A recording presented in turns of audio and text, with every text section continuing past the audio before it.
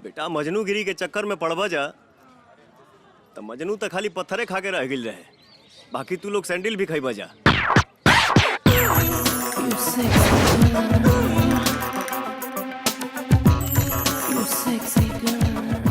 काम पिया हो तनी देखा। हाँ? अरे भाई सही रे, लागत जन्नत से कोनो परी धरती पे उतर आयल बिया।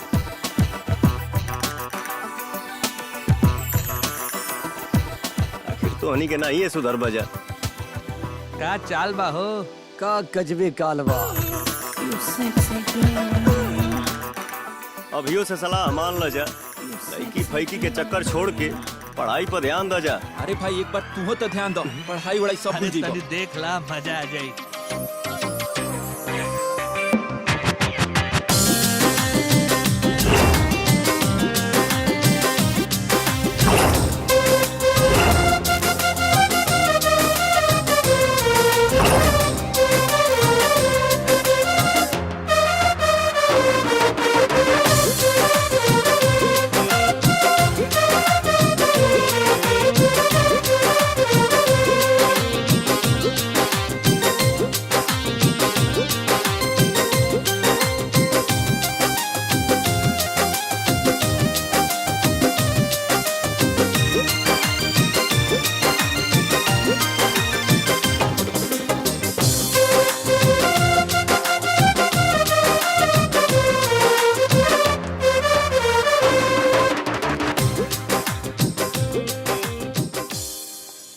Good morning, sir. May I come in?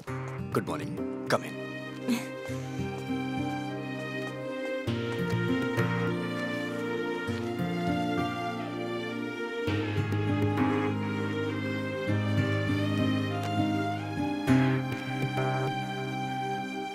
आपके डॉक्यूमेंट्स तो ठीक हैं, आप एक ब्रिलियंट स्टूडेंट हैं, लेकिन इसमें डोमिसाइल सर्टिफिकेट नहीं है।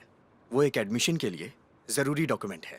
जी सर, 3-4 दिन में आ जाएगा। नो, आज एडमिशन की लास्ट डेट है और आपका स्टेट भी चेंज है, इसलिए डोमिसाइल सर्टिफिकेट का होना जरूरी है। सर प्लीज कुछ कीजिए, वरना मेरा पूरा साल बर्बाद हो जाएगा। चलो एक रास्ता है। बताइए सर।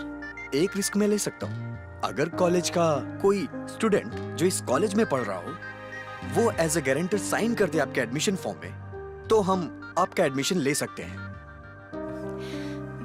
ठीक है सर, मैं कोशिश करती हूँ। ओके। देख ला भैया, लाखों में एक रहनू लड़की।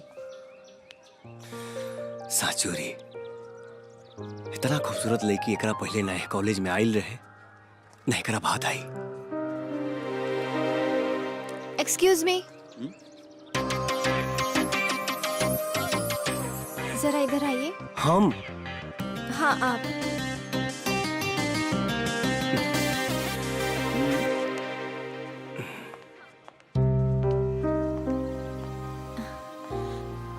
आप मेरी एक हेल्प करेंगे? आदेश कीजिए। आइए मेरे साथ प्लीज।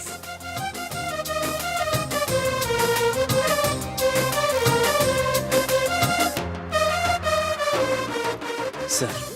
ओके, आपका एडमिशन कंफर्म करता हूँ, लेकिन एक कंडीशन है, आप डोमिसाइल सर्टिफिकेट जल्दी से जल्दी कॉलेज में जमा कर दीजिए। जी सर, थैंक यू वेरी मच। ओके। प्रिंसिपल सर कितने अच्छे हैं ना, उन्होंने अपने रिस्क पे मुझे एडमिशन दे दिया, है ना विजय? ओम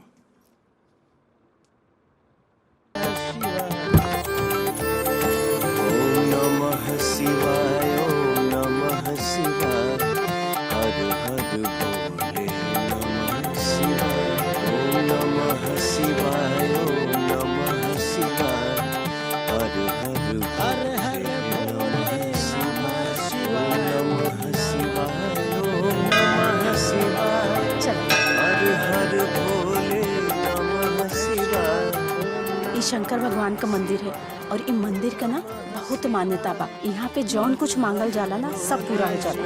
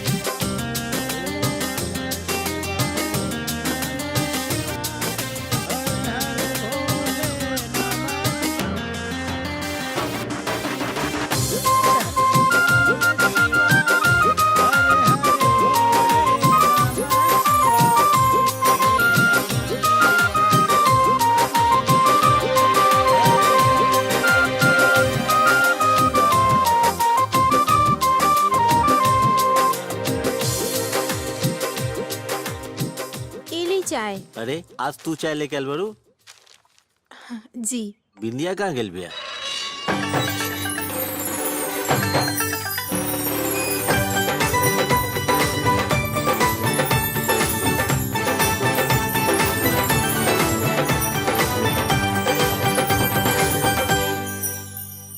अरे मास्टर जी के यहाँ गेल होई और कहाँ जाए? हाँ। मास्टर ने जी पता ना ओकरा कौन जेरी पिया दिले बारी, दिन भर उनकरे यहाँ रहले। चश्मा कहाँ रख देली? किरण, ए किरण। जी कहीं।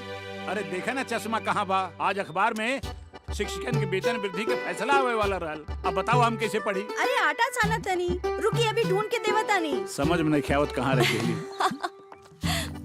आओ बेटी आओ। हाँ बेटी। क्या बात बा बाबूजी? इतना परेशान काहे बनी? अरे बिटिया हमारा का अखबार पढ़े बा, अब चश्मा पता नहीं कहाँ भूल गेली। हे भगवान! का भइल? बगल में लइका, शहर में ढिंढोरा। हम कुछ समझ ली हाँ। ई रहल। कपारे पर रख के बुला गई। का बाबूजी? अरे मिल गई ना चश्मा? हाँ हाँ मिल गई। बिंदिया खोज के देले से कपारे पे धैले रहली, भुला गई रहली। चली हम रोटी बनावे जाता हैं। अच्छा बिटिया हम एक बात सोचतानी, अगर तू न रहबू तो हमारी चश्मा खोज के दे बताओ।